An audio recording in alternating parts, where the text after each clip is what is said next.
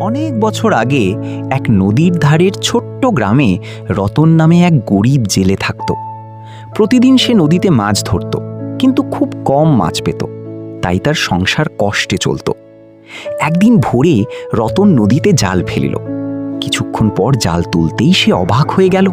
জালে একটি অদ্ভুত লাল রঙের মাছ ধরা পড়েছে।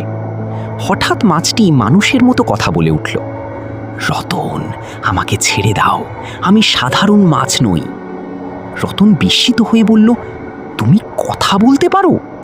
মাছটি বলল, হ্যাঁ, আমাকে মুক্তি দিলে তোমার এই উপকার আমি কখনো ভুলব না। রতন দয়ালু ছিল। সে এক মুহূর্ত দেরি না করে মাছটিকে নদীতে ছেড়ে দিল। সেদিন রাতে রতন নদীর ধারে বসেছিল। হঠাৎ নদীর পানি সোনালি আলোয় ঝলমল করতে শুরু করলো। সেই আলোর মধ্য থেকে আবার সেই মাছটি ভেসে উঠল। কিন্তু এবার আশ্চর্য ঘটনা ঘটল। চারদিকে উজ্জ্বল আলো ছড়িয়ে পড়ল, আর মাছটি ধীরে ধীরে এক সুদর্শন যুবকে রূপান্তরিত হলো। রতন অবাক হয়ে জিজ্ঞেস করল, তুমি কি? যুবকটি মৃদু হেসে বলল, আমি একজন রাজপুত্র। বহু বছর আগে এক দুষ্ট জাদুকর আমাকে মাছে পরিণত করেছিল। তোমার দয়ার কারণেই আজ আমি মুক্তি পেয়েছি।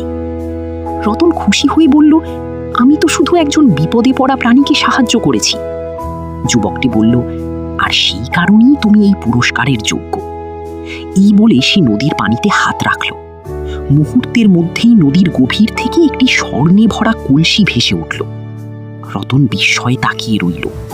যুবকটি বলল, এই ধন তোমার, তবে মনে রেখো, সত্যিকারের ধন মানুষের ভালোবাসা ও সৎ কাজের মধ্যে লুকিয়ে থাকে। রতন কৃতজ্ঞ চিত্তে কলসিটি গ্রহণ করল। এরপর যুবকটি হাসল। চারদিকে সোনালি আলো ছড়িয়ে পড়ল, আর সে ধীরে ধীরে আকাশের দিকে মিলিয়ে গেল। রতন সেই স্বর্ণে ভরা কলসি নিয়ে বাড়ি ফিরল, কিন্তু সে কখনো লোভী হয়ে ওঠেনি। নিজের পরিবারের পাশাপাশি গ্রামের গরিব মানুষদেরও সাহায্য করল।